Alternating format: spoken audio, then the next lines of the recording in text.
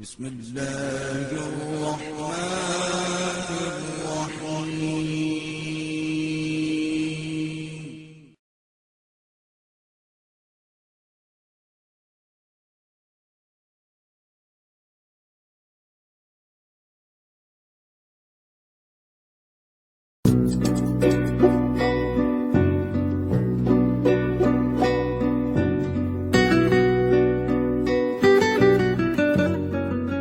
Bugun bolajonlar juda muhim masala haqida suhbatlashamiz. Ushbu sahifamiz farzandlarining ota-ona oldidagi burchlari va qarzdorligi to'g'risida. Shoyatki, ota-onalarini hurmat qilishni o'rganishda, ularning xizmatiga shay turib duosini olishda va oxiratni obod qilishda ko'mak bersa. Alloh taolo barchalarimizni farzandlik burchini to'la ado etishimizni, ota-onalarni rozi qilib, Alloh taolo rizoligiga erishishimizni nasib etsin. Amin. Demak, bolajonlar, eng zarur vazifangiz nima? Quloq soling. Allomalar farzandlarining o'z ota-onalari uchun butun borliqlari, ham tana, ham tili, ham dili, ham moli bilan xizmatda bo'lishlari, ularni rozi qilib duolarini olishlari kerakligini aytib o'tishgan. Imom Nasafiydan rivoyat etilishicha, farzand ota-onasi oldida 60 masalada burchli va qarzdor ekan. Quyida shularni muxtasar holda alohida ko'rib chiqamiz.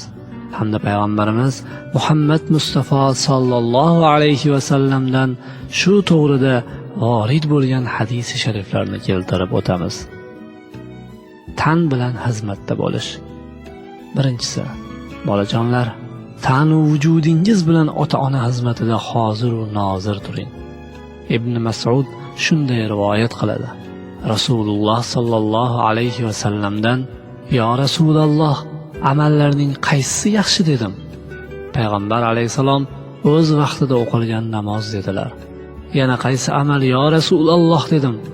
Rasululloh sallallohu alayhi va sallam ota-onaga yaxshilik qilish dedilar. Yana qaysi amal deb so'radim.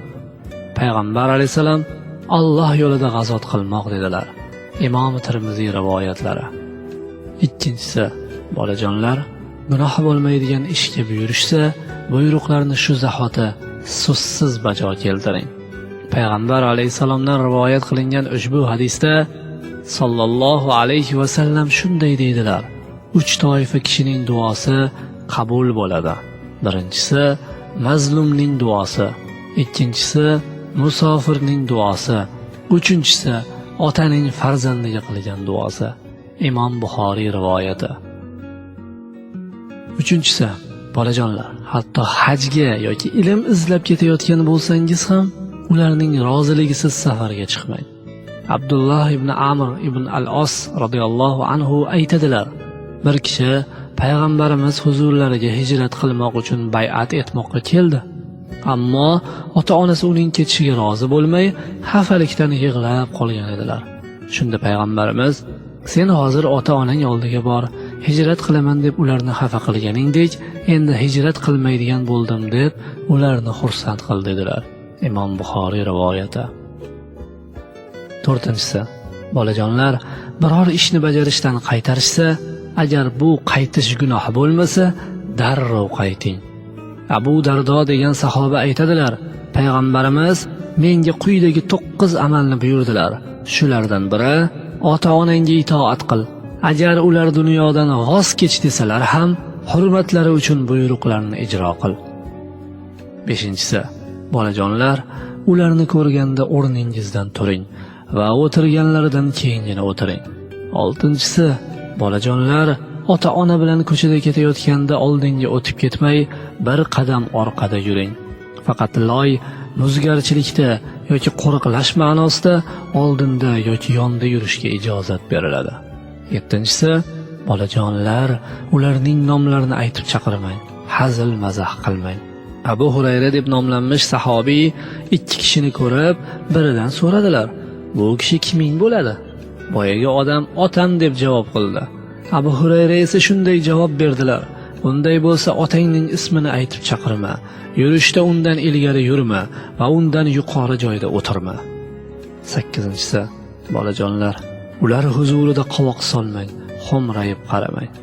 Abdulloh ibn Abbos roziyallohu anhu oldilariga bir kishi kelib, men bir xotinga sovchi yubordim. U meni qabul qilmay boshqa bir kishiga tegib ketdi. Bu ishidan jahlim chiqib, u xotinni o'ldirgan edim. Endi nima qilsam, Alloh taolo tavbamni qabul qiladi deb so'radi. Shunda Abdulloh, onang bir hayotmi dedilar. U yo'q, vafot etganlar degan edi. Abdulloh, unday bo'lsa Alloh taologa tavba qilishga harakat qil dedilar. Shu hadisni rivoyat qilgan Ato ibn Yasor aytdilar: men Abdulloh ibn Abbosga borib, siz nima uchun u kishidan onang tirikmi deb so'radingiz deganimda, u kishi Alloh taologa onani rozi qilishdek maqbulroq, yaxshiroq hech bir amal borligini bilmayman. Shuning uchun undan onang tirikmi deb so'ragan edim dedilar. Imom Buxoriy rivoyati. 9-si chaqirishsa labbay deb huzurlariga tez yetib boring. Ma'uz Juhaniy radhiyallohu anhu aytdilar: Janobi payg'ambarimiz kimki ota-onasini rozi qilsa, unga jannat daraxti nasib bo'lib, Alloh taolo uning umrini ziyoda qiladi dedilar. Imom Buxoriy rivoyati. 10-si bolajonlar, ular xizmatida bo'lganda eshib yurishsa, erinchoqlik bilan malol ko'rmang. Qur'oni Karimdagi Alloh taoloning rahmdillik yuzasidan ota-onangga kamtarlik qanotingni qoqib tur mazmunidagi so'zini Hishomning otasi Urvat ibn Az-Zubayr radhiyallohu anhu ota-onang nimani istasa, o'shani ijro qilishdan uyalma deb tafsir qilgan edilar. Tan bilan xizmatda bo'lish. Ota-onangiz bilan so'zlashganda yumshoqlik va odob bilan gaplashing.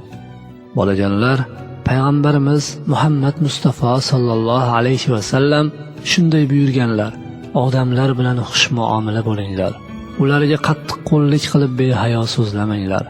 Payg'ambar alayhisalom o'gitlariga ko'ra, hatto begona odamlarga qattiq va behayo gapirib, dillarini og'ritish mumkin bo'lmaganidek, ota-onaga 100 chandon muloyimroq so'z qilmoq zarur ekan. Ikkinchisi, bolajonlar, so'zlashgan paytda ovozni baland ko'tarmang. Payg'ambarimizdan shunday rivoyat qilindi: Alloh taolo gunohlardan istaganini qiyomatga qoldirdi, lekin ota-onani ranjitishning azobini kechiktirmaydi. Oqpadariga oqpadirlik azobi tezlashtiriladi. Uchinchisi, ota-ona huzurida zaruratdan ortiqcha gaplarni gapirmang. Payg'ambar alayhisalom aytdilar: qiyomat kuni kimga do'zax o'ti harom bo'lishini aytaymi? U yuvvosh, muloyim, yaxshi muomalali, bir gapga oson kelishadigan kishilardir. Sizlarning yaxshilaringiz xushxulqli, shirin suhbatlilaringizdir. Yomonlaringiz esa og'zini to'ldirib ezmalik ila ko'p gapiruvchilaringizdir. 4-si, bolajonlar, gaplashayotganda so'zlarni bo'lib tashlab yoki qistirib ketmang. Farhatus Sanji aytdilar: ba'zi kitoblarda o'qidimki, bolaning ota-ona huzurida izinsiz gapirmoqligi maqbul emasdir. 5-si, bolajonim, ularning so'zlarini aslo rad qilmang. Tabaroniydan rivoyat qilingan hadisda otaga itoat qilish Allohga itoat qilishdir. Unga gunohkor bo'lish Allohga gunohkor bo'lish bilan barobardir deyilgan. 6-si, ular bilan buyruq yoki ta'na ohangida gaplashmang. Payg'ambar alayhisalom shunday deganlar: Alloh taolo sharmsiz, behayo so'z qilganlarni o'ziga do'st tutmaydi. 7-si, bolajonlar, ota-onaga qahr ohangida gapirib norozi qilmang ularni. Abdulloh ibn Umar aytadilar: ota-onaning yig'lashi boladan norozi bo'lganligiga dalolatdir. Bu esa katta gunohdir. Imom Buxoriy rivoyati. 8-si, tanbeh bilan gapirib dillarni og'ritmang. Abdulloh rivoyat qiladilar: Janobi Rasululloh musulmon odamning so'kmog'i, buzuqlik va urushmog'i kofirlikdir dedilar. 9-si, bolajonlar, biror xizmat buyurishsa yoki maslahat berishsa uf demang. Iso ibn Talha ibn Ubaydulloh Amr ibn Mirzo Juhaniydan naql qiladilar: bir kishi payg'ambar alayhisalomdan: "Ya Rasululloh, 5 vaqt namoz o'qisam, Ramazon oyida roza tutsam, zakotimni ado etsam va haj ham qilsam menga nima bo'ladi?" deb so'radi. Payg'ambar alayhisalom: kim ana shu aytganlaringda qilsa, payg'ambarlar, siddiqlar va shahidlar bilan birga bo'ladi. Ammo ota-onasini ranjitgan bo'lsa, u amallarining foydasi yo'qdir dedilar. Endi esa dil bilan qanday xizmatda bo'lish kerakligi aytiladi. Bolajonlar, diqqat ila quloq soling. Dildan ota-onangizga rahm shafqat ko'rsating. 3 xil sifat borki, kimda kim ularga ega bo'lsa, Alloh taolo qiyomat kuni uni himoya qiladi, o'z jannatiga kirgizadi. Birinchisi, zaiflar bilan xush muomala bo'lmoq. Ikkinchisi, ota-onaga shafqatli bo'lmoq. Uchinchisi, qo'l ostidagilarga himmatli bo'lmoq. Imom Tirmiziy rivoyati. Ikkinchisi, bolajonlar, ota-onani chin dildan do'st tuting. Payg'ambar alayhisalomdan rivoyat qilindi: otaga muhabbatingni saqla. Agar sen otaga bo'lgan muhabbatingni yo'qotsang, Alloh seni har turli fayzlardan mahrum qilur. Uchinchisi, bolajonlar, ularning shodlik paytlarida xursand bo'ling. Musoviy ibn Hayyida aytadilarki, men payg'ambarimizdan: "Ya Rasululloh, yaxshiligimni kimga qilsam bo'ladi?" deb so'radim. "Onangga" dedilar. Ana shu savolni 2 marta qaytarsam ham payg'ambarimiz onangga dedilar. 4-chi marta so'raganimda otangga va yaqin qarindoshlariga deb javob berdilar. Imom Buxoriy rivoyati. 4-si, ota-onaning g'amgin holatida hamdard bo'ling. Abu Hurayra aytadilar, payg'ambarimiz: bolaning otasi birovning quli bo'lsa-yu, uni xo'jasidan sotib olib ozod qilmagunicha uning haqqini ado qilgan bo'lmaydi dedilar. Imom Buxoriy rivoyati. 5-si, ular tomonidan biror kamchilik o'tsa ranjimang. Abu Hurayra aytadilar, payg'ambarimiz xor bo'lsin, xor bo'lsin, xor bo'lsin deb 10 marta takror qildilar. Shunda sahobalar: "Ya Rasululloh, kimni aytyapsiz?" deb so'rashdi. Payg'ambarimiz ota-onasining ikkalasi yoxud bittalari keksayib qolgan vaqtda ularni rozi qilmay o'zini do'zaxga tushishiga mubtalo qilgan kishini dedilar. Imom Buxoriy rivoyati. 6-si, bolajonlar, qilayotgan ishingiz va aytayotgan so'zingiz haq bo'lsa ham ularga ozor yetkazishdan tiyiling. Abu Dardoning aytishicha, bir kishi uning huzuriga kelib, "Mening xotinim bor, onam uni taloq qilishimni talab etyapti" dedi. Ya'ni qo'yib yubor deyapti. Abu Dardo javob berdi: "Payg'ambarimizdan eshitganman, u zot shunday deganlar: ona jannatning o'rtasidagi eshiklardan biridir. Agar xohlasang o'sha eshikni qo'ldan ber yoki uni saqla." Imom Tirmiziy rivoyati. 7-si, bolajonlar, ularga ozor bermaslikni doimo niyat qilib yuring. Abdulloh ibn Umar aytadilar, u kishi Alloh taoloning rozi bo'lishi ota-onaning rozi bo'lishiga va Allohning g'azabi ham ota-onaning g'azabiga bog'liqdir dedilar. Imom Buxoriy rivoyati.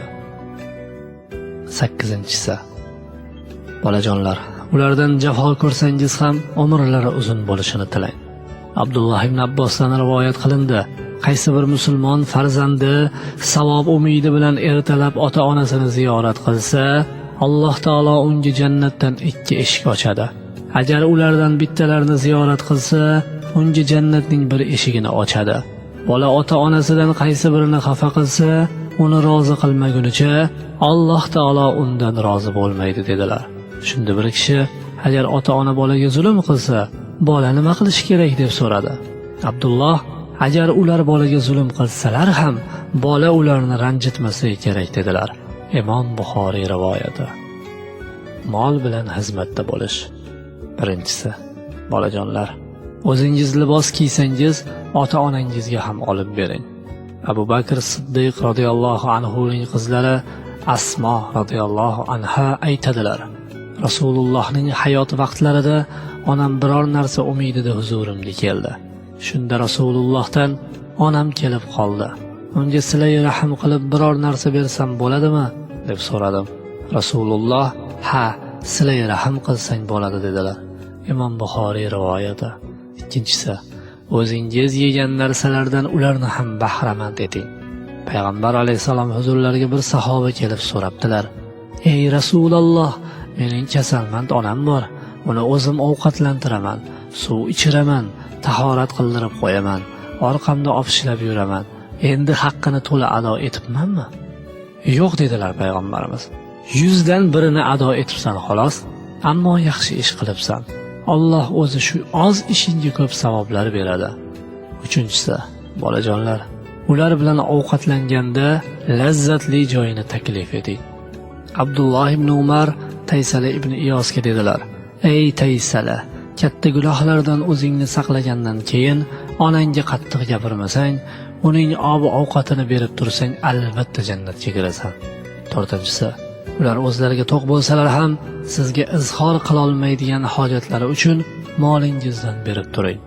Janob Rasulullohdan rivoyat borki, o'zing ham, moling ham otangnikidir. Beshinchisi, biror orzu niyatlari bo'lsa uni barpo qilishga tirishing. Oltinchisi, bolajonlar, ota-onaning dillari xohlagan narsaga ularni tez-tez taklif qilib turing. Ahmad va Abu Ya'lodan rivoyat qilindi. Rasululloh shunday deganlar: "Shuni bilib qo'yki, Allohning rizoligi yo'lida har bir qilgan nafaqang uchun, hatto xotining og'ziga solib qo'ygan luqma uchun ham ajr olursan." Imom Buxoriy rivoyat. Yettinchisi, bolajonlar, ularning do'stlarini do'st tutib yo'qlang va bu bilan yuzlarini yorug' qiling. Ibn Umar shunday rivoyat qildi: Hazrat Rasululloh sallallohu alayhi va sallamdan eshitdimki, ezgulikning eng yaxshisi o'z otasining sevgan odamlariga yaxshilik qilishdir dedilar. Imom Tirmiziy rivoyati. 8-si, ular bemorligida sog'ligi uchun sadaqa qiling va Alloh taolodan shifo tilang. Abdulloh ibn Abbos dedilar: "Yo Rasululloh, onam hech narsani vasiyat qilmay vafot etib ketdilar. Endi onamga sadaqa qilsam unga yetadimi?" Payg'ambarimiz: "Ha, uning uchun sadaqa qilsang savobi albatta yetib boradi" deb javob qildilar. Imom Buxoriy rivoyati. 9-si, bolajonlar, Alloh sizga ato etgan mol dunyo ixtiyorini ularga ham berib qo'ying. Jumhur ulamolar Isro surasidagi "Hokisor bo'lib ota-onangni mehribonlik qanoting ostiga olgin" degan oyat karimani ota-onang yaxshi ko'rgan biron narsadan ularni qaytarma deb tafsir qilganlar. 10-si, bolajonlar, ota-onaning dunyoviy ehtiyojlarini muhayyo etishga tirishing. Harakat qiling. Abu Burda ibn Abu Muan al-Ash'ariyning aytishlaricha, Abdulloh ibn Umar yamanlik bir odam o'z onasini opichlab, xonai Ka'bani tavof qildirib yurganini ko'rdilar. U odam quyidagi she'rni ohang bilan o'qirdi: "Onai zorim uchun bo'ynimni ekkan tevaman, tevaga mingan onam, xorsalar ham men charchaman." U shuni o'qiy turib Abdullohga qaradi-da: "Ey Abdulloh ibn Umar, mana shu xizmatim bilan onamning haqqini ado qila oldimmi?" deb so'radi. "Yo'q, bu xizmating seni tug'ish paytida onangni qiynab tutgan to'lg'oqlarining bittasiga ham barobar emas" dedi. Imom Buxoriy rivoyati. Endi esa bolajonlar, ota-ona vafotidan so'ng nima qilish kerak? Birinchisi, ularning vasiyatlarini shariatga muvofiq holda bajo keltiring. Ikkinchisi, ota-ona do'stlarini do'st tutib yuring. Uchinchisi, qarindosh urug'lari bilan aloqani uzmay bordi keldi qilib turing.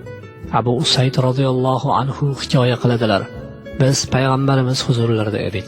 Shu vaqtda bir kishi: 'Yo Rasululloh, ota-onamning hayoti vaqtlarida qilgan yaxshiligimdan tashqari, ularning vafotidan keyin yana nima qilsam shu yaxshiligim davom etadi' deb so'radi. Payg'ambarimiz: 4 narsani qilib yursang, ularga yaxshiliging davom etavergan bo'ladi. Ularning birlamchisi, ota-onang haqqiga duo qilasan va gunohlarini kechirmakni Alloh taolodan so'raysan. Ikkilamchisi, ularning nasihat va shar'iy vasiyatlarini amalga oshirasan. Uchinchisi, ularning do'stlarini hurmatlaysan va to'rtinchisi, qavm qarindoshlar bilan ular tufayli qaror topgan qarindoshlik aloqalarini uzmaysan" dedilar. Imom Buxoriy va Abu Dovud rivoyati. Abdulloh ibn Umardan rivoyat qilindi. Qaysi bir safarda bir arobiy Abdulloh ibn Umar yonlariga kelib, "Sen falonchining o'g'li emasmisan?" deb so'radi. Shu arobiyning otasi Hazrati Umar ibn Hattob bilan do'st bo'lgan ekan. Abdulloh arobiyga: "Ha, otangning do'sti Umarning o'g'liman" dedilar va o'zlarining tuyalari ortida olib yurgan eshakni hamda boshlaridagi sallani yechib arobiyga berdilar. Shunda yonlaridagi kishilardan biri taajjublanib dedi: "Bu bir arobiy bo'lsa, unga 2 dirham bersangiz kifoya qilardi. Siz esa eshakni ham, sallani ham berib yubordingiz. Abdullah: Rasululloh otang do'st tutgan kishilarning do'stligini saqla, ular bilan aloqani uzma, ussang Alloh taolo sening nuringni o'chirib qo'yadi degan edilar deb javob qildilar. Imom Buxoriy rivoyati. 4-si, bolajonlar, dalil isbotli qarzlar bo'lsa uzing. Jabir ibn Abdullah rivoyat qiladilar. Otam Badr kuni shahid bo'ldilar.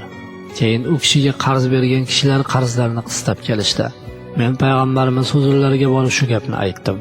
Uli zot qarz bergan kishilardan hurmozorim hosilini qabul qilib, otamni qarzdan xalos etishlarini iltimos qildilar. Imom Buxoriy rivoyati. 5-si, bolajonlar, ota-onangiz hayotliklarida mehmon qilgan kishilarni ular vafotidan so'ng ham yo'qlab, mehmon qilib turing. Abdullah ibn Umardan rivoyat qilinadi. Payg'ambarimiz otaga qilinadigan yaxshiliklarning eng afzali u sevgan kishilar bilan aloqani mustahkamlab, ularga xayrixohlik qilishdir deydilar. Imom Buxoriy rivoyati. 6-si, o'z namozingizga qo'shib, ular uchun nafl namozlarni ham o'qing. 7-si, nafl roza tutib, savobini ota-ona uchun bag'ishlang. Abu Hurayra aytdilar, payg'ambarimiz banda vafot etgandan keyin undan 3 ta ulug' amaldan boshqasi uzilib qoladi. O'sha amallar sadaqa joriya, ya'ni ko'pchilik uchun qurilgan masjid, ko'prik kabilar. Odamlarga manfaat yetsin deb yozib qoldirilgan ilmiy asarlar va uning haqqiga duo qilib turadigan solih farzandlaridir. Imom Buxoriy rivoyati. 8-si, bolajonlar, ota-onangiz nomiga dog' tushirmaslik uchun boshqa birov bilan janjallashganda uning ota-onasini haqoratlamang. Rasululloh kishi o'z ota-onasini so'kishi katta gunohdir dedilar. Sahobalar yo Rasululloh, kishi o'z ota-onasini ham so'kadimi deb so'rashganda, payg'ambarimiz u kishi bir odamni so'kadi, u odam ham avval so'kkan kishining otasini ham, onasini ham so'kadi dedilar. Imom Buxoriy rivoyati. Demak, kimda kim birovni so'kadigan bo'lsa, o'zining ota-onasini so'kib qo'ygan bo'ladi. 9-si, bolajonlar, fiqh masalalari vojib deb hisoblamasa-da, qodir bo'lsangiz savob umidida marhum ota-onangiz uchun fitr sadaqa bering. Abdullah ibn Abbos radhiyallohu anhu: "Ya Rasululloh, onam hech narsani vasiyat qilmay vafot etib ketdi. Endi men shu onam uchun sadaqa ehson qilsam unga savobi yetadimi?" deb so'radi. Payg'ambarimiz: "Ha, uning uchun sadaqa qilsang savobi albatta tegadi" dedilar. Imom Buxoriy rivoyati. 10-si, bolajonlar, Hazrat Ali janobi Rasululloh vafot etganlaridan so'ng ham qurbonlik qilganlari rivoyat etilgani uchun qodir bo'lsangiz ota-ona nomidan qurbonlik qiling. Oysha onamizdan rivoyat qilishlaricha, payg'ambarimiz sollallohu alayhi va sallam qurbonlik so'yilgan vaqtda oqqan qon yerga tushmay turib, Allohning huzurida ulug' makonga tushadi. Shuning uchun qurbonlikni chin dildan ado eting deganlar. 11-si, bolajonlar, ota yoki ona vafot etishsa, qabr, kafan va boshqa xarajatlari halol moldan qilinishiga va bu ishlarni bajaruvchilarning roziligi olinishiga erishing. Qabrga qo'yuvchi solih, obid, olim kishilar bo'lishi maqsadga muvofiqdir. Payg'ambar alayhisalomdan rivoyat qilingan hadislarda shunday deyiladi: kimki o'likni yuvsa va uning ayblarini berkitsa, Alloh taolo 40 marta uning gunohini kechiradi. Musulmon banda vafot etganda uning janozasida Allohga shirk keltirmagan 40 ta musulmon hozir bo'lsa, Alloh taolo ularning sharofatidan mayitning gunohlarini kechiradi. 12-si, ota yoki ona huzuringizda qo'lingizda vafot etishsa, g'usl va dafn bobidagi shartlarga, ya'ni payg'ambar alayhisalom sunnatlariga muvofiq so'nggi yo'lga kuzating.